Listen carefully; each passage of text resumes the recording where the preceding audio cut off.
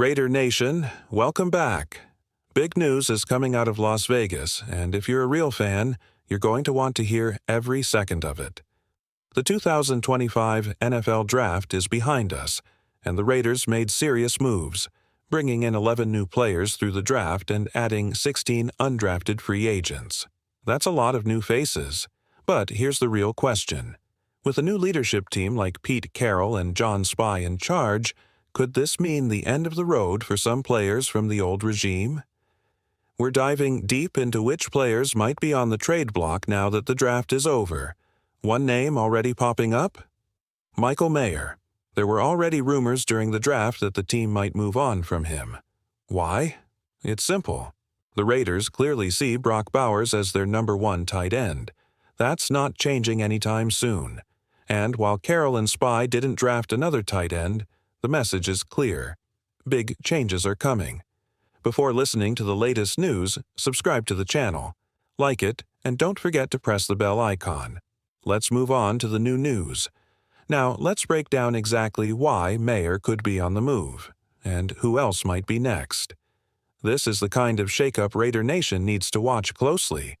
The Raiders didn't draft a tight end, but don't let that fool you. Big changes are still happening in the tight end room. Just before the draft, Las Vegas signed a low-profile tight end named Ishmael. Not a big name, but it shows they're still adjusting the roster. Right now, the team has 7 tight ends, which is way more than usual. So, what does that mean for Michael Mayer? Even though the Raiders didn't draft over him, his spot isn't 100% safe. If they trade him, they'd save some money, about $653,000, but also take a hit of $1.9 million in dead money.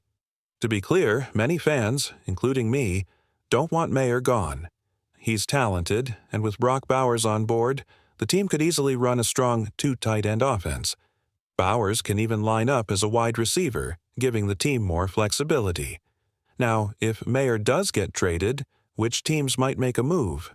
Keep your eyes on the Titans, the Patriots, the Saints, the Giants, and even the Jaguars. Why? Because many of these teams need tight ends, and they've got connections with former Raiders staff. But Mayer's not the only name floating around the trade block. Another surprise? Aiden O'Connell. The Raiders like him. He's a reliable backup behind Geno Smith, and he could help mentor 6th-round rookie Cam Miller. But before the draft, the Raiders looked into trading for Joe Milton. Then they drafted Miller. Now teams might see O'Connell as a cheap, experienced backup. He's played in 20 games, started 17, and he'd cost a team only about $1.2 million. That's a bargain in today's NFL. I'm not saying a trade will happen, but don't be surprised if a team offers a 6th-round pick in the 2026 draft. It could happen now that the dust has settled. Let's talk about Aiden O'Connell one more time, because figuring out where he might land is a tough one. If the Raiders do trade him, don't be surprised if a team offers a 7th-round pick in next year's draft. Which teams could make the move? The Patriots come to mind. With Josh McDaniels there, the connection is obvious. Tennessee could be another landing spot if they're unsure about Will Levis. Some believe they might want a more stable backup, especially with their changes at quarterback. What about Green Bay or Tampa Bay? There are Raiders ties in those teams, and let's be honest, O'Connell is more reliable than some of the backups they have now. And here's a fun thought. What if the Rams bring him in to challenge Jimmy Garoppolo and Stetson Bennett? That QB room would get very interesting. Now let's shift the spotlight to a different position. Wide receiver. And here's a name you might not expect. Tre Tucker. Tucker is heading into his 3rd year with the Raiders. Normally, that's the year when wide receivers break out. But this offseason tells a different story. The Raiders drafted 3 new receivers, Jack Beck, Dante Thornton Jr., and Tommy Mellott. So, where does that leave Tucker? It's hard to say. Beck is a stronger route runner. Thornton is faster. Mellott looks promising on special teams and may already be in line for kick and punt return duties. Tucker still has talent, he's physical and tough, but he was drafted by an old regime. If the new leadership doesn't see a fit for him, a trade might be the best option. And here's the kicker. If the Raiders trade him, They'll save $1 million in cap space and only take on a small $429,000 hit. That could be a smart move for a player many believed should have been a fifth-round pick, not a third. So, let's be real. Trey Tucker might not be a great fit in this current Raiders offense, but that doesn't mean other teams won't want him. Remember, he was picked with the draft selection Las Vegas got from the Darren Waller trade, so there's value there. If you ask me which teams might come calling, I'd say keep an eye on the Miami Dolphins. With all the uncertainty around Tyreek Hill, they might want another fast and physical receiver. Tucker brings that burst of speed, and he's tougher than people think. He might be small, but the guy was a high school wrestler. Anyone who's been on the mat knows how gritty those guys are. That kind of toughness, mixed with his ability to block and stretch the field, would also make him a strong match for the Baltimore Ravens. The Bengals and Steelers could be other options, especially with how physical the AFC North plays. It makes sense. The original reason the Raiders drafted him so early was mostly due to personal connections. He's from the same town in Ohio as Dave Ziegler and Josh McDaniels. But that regime is gone, and now the new leadership may have different plans. Now let's move on to a much bigger name.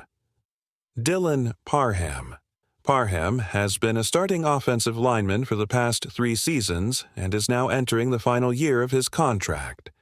If the Raiders aren't fully confident in his future, this might be the perfect time to trade him while his value is still high. Here's why that move makes sense financially.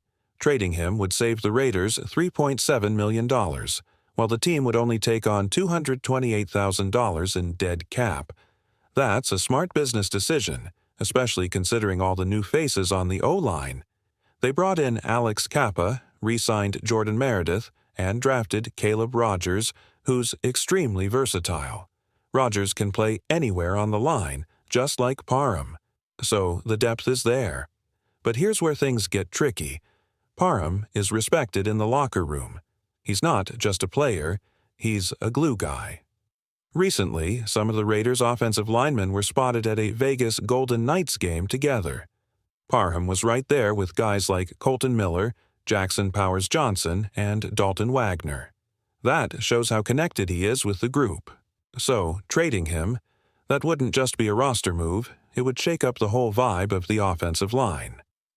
Let's talk about one of the most complicated names on the Las Vegas Raiders roster, Tyrie Wilson. Now, before anyone panics, no, this isn't a demand to trade him. But sometimes the smart thing to do is look ahead and think about all the possibilities. That's what makes the offseason so unpredictable and exciting. Tyrie Wilson is a rare type of defensive lineman. He can play inside. He can rush off the edge. That flexibility makes him a player other teams would absolutely be interested in. Even if the Raiders don't want to move him, his value in the trade market would be strong. And here's where it gets interesting. If the Raiders did consider a deal after June 1st, they'd save $3 million and take on only $3 million in dead cap. Financially, that's a balanced move. The Raiders' recent moves suggest they're preparing for competition at Wilson's position. They re-signed Malcolm Kuntze, brought back Adam Butler, and drafted 2 new defensive tackles, both of whom can also play outside. That kind of roster activity should raise eyebrows. Wilson has shown promise, but the Raiders clearly want options. Players like Hemingway and Piss are also versatile linemen, and they were added for a reason. If the front office did start to explore a trade, some teams stand out. The Dallas Cowboys make the most sense. Wilson trains in Texas, his agent is there, and he's got local ties. The Houston Texans could be in the mix for the same reasons. Other potential fits? Think Jets, Eagles, or even Falcons, teams that love raw athleticism and would be tempted by Wilson's upside. To be clear, though, this isn't about getting rid of Tyrie. It's about understanding that with the new faces added to the defensive line, his future in Vegas may not be as secure as it once seemed. Next up in this Raiders trade discussion, linebacker Tommy Eichenberg.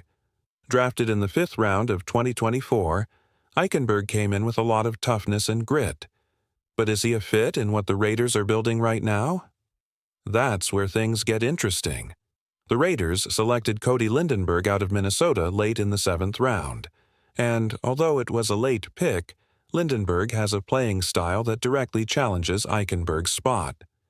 While Amari Burney is more of an athletic type, Lindenberg plays the game similarly to Tommy, but with a little more burst and versatility. This isn't just about one draft pick. The Raiders have also brought in multiple undrafted linebackers who are athletically gifted, and it's clear the front office is targeting speed, explosiveness, and raw traits. That's where Eichenberg falls behind. He's instinctive, yes. He's always near the football, but he doesn't have the same physical upside as the players around him. If a trade were to happen, look at teams like the Cleveland Browns or Cincinnati Bengals, especially considering Eichenberg's Ohio background. The New England Patriots are another logical landing spot, especially with the kind of system they run and the leadership they value. Even linebacker-needy teams like Carolina or Seattle could take a look, thinking they can get a dependable, no-nonsense tackler. In the end, the Raiders aren't necessarily pushing these guys out, but when you zoom out and look at the roster, the writing may be on the wall. Whether it's Aiden O'Connell, Trey Tucker, Dylan Parham, Tyrie Wilson, or Tommy Eichenberg, every one of these names could draw trade interest, especially now that the draft dust has settled.